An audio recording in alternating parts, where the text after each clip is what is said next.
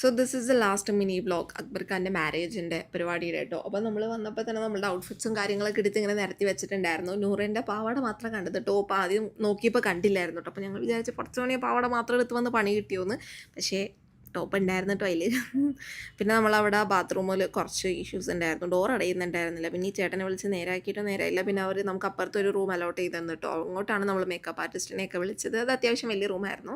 പിന്നെ ആൾ വരാൻ ലേറ്റായി, കാരണം അക്ബർക്കയും പെണ്ണും തന്നെ ഇറങ്ങാൻ ലേറ്റ് ആയിട്ടുണ്ടായിരുന്നു കേട്ടോ. അവർ കഴിഞ്ഞിട്ട് വേണം സ്ഥലക്കൊക്കെ ഞങ്ങളെ വന്ന് ഒരുക്കാനായിട്ട്. അപ്പോൾ അതിൻ്റെ കുറച്ച് ഡിലേ ഉണ്ടായിരുന്നു. പിന്നെ ചെക്കനും പെണ്ണ് ലേറ്റ് ആയതുകൊണ്ട് പിന്നെ പരിപാടി കുറച്ചുകൂടെ നീളമല്ലോ എന്നൊക്കെ വിചാരിച്ച് ഞങ്ങൾ മെല്ലെ ഇങ്ങനെ വർത്താനമൊക്കെ പറഞ്ഞിട്ടാണ് കേട്ടോ റെഡി ആയത്. അപ്പോൾ ആൾ അതിന് മുന്നേ നമുക്ക് ട്രാൻസിഷൻ്റെ ഒരു വീഡിയോ എടുക്കാനൊക്കെ നമ്മൾ പുറത്തോട്ട് പോയിട്ടുണ്ടായിരുന്നു. അതൊക്കെ വന്ന് പിന്നെ ആണ് റെഡി ആയത്.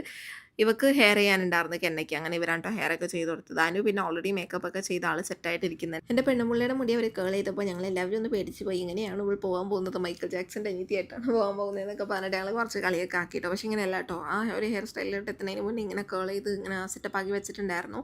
എനിക്ക് അവളുടെ ഹെയർ സ്റ്റൈൽ ഭയങ്കര ഇഷ്ടമായിട്ടോ. നിങ്ങൾക്ക് ഇഷ്ടമായോ ഇല്ലയോ എന്ന് പറയുന്നത്. നന്നായിട്ട് അവൾക്ക് സ്യൂട്ട് ചെയ്യുന്നുണ്ടായിരുന്നു. പിന്നെ ഔട്ട്ഫിറ്റിനും നന്നായിട്ട് പോയിട്ടുണ്ടായിരുന്നു. എനിക്കെന്തോ നല്ല ഇഷ്ടമായി ഇതിൽ അവളുടെ ഓവറോൾ ലുക്ക്. എൻ്റെ പിന്നെ പ്രത്യേകിച്ച് അങ്ങനെ ഹെയർ സ്റ്റൈലൊന്നും ചെയ്തിട്ടുണ്ടായിരുന്നില്ല, ജസ്റ്റ് ഇവിടെ അങ്ങനെ പിന്നെ വെച്ചിട്ടുണ്ടായിരുന്നുള്ളൂ കേട്ടോ.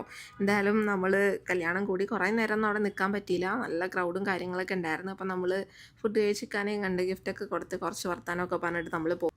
മാരേജിൻ്റെ ഫുൾ വ്ളോഗ് നമ്മുടെ ചാനലിൽ എത്രയും പെട്ടെന്ന് വരുന്നതായിരിക്കും. സോ എല്ലാവരും അതും കൂടെ കണ്ടിട്ട് അഭിപ്രായം നമ്മൾ ഓൾറെഡി ഡയറ്റിലായിരുന്ന കാര്യമൊക്കെ നിങ്ങൾക്ക് അറിയാമായിരിക്കുമല്ലോ. അപ്പോൾ നമ്മളോട് ഓവർ അങ്ങനെ വേണ്ടാത്ത ഫുഡുകളൊന്നും കഴിക്കരുതെന്നാണ് ട്രെയിനർ പറഞ്ഞ് വിട്ടത്. പക്ഷേ അൺഫോർച്ചുനേറ്റ്ലി നമുക്ക് അവിടെ വേറെ കഴിക്കാനുണ്ടായിരുന്നില്ല, നമ്മൾ കഴിച്ചേ പറ്റത്തുണ്ടായിരുന്നു. അതുകൊണ്ട് കുറച്ച് നമ്മൾ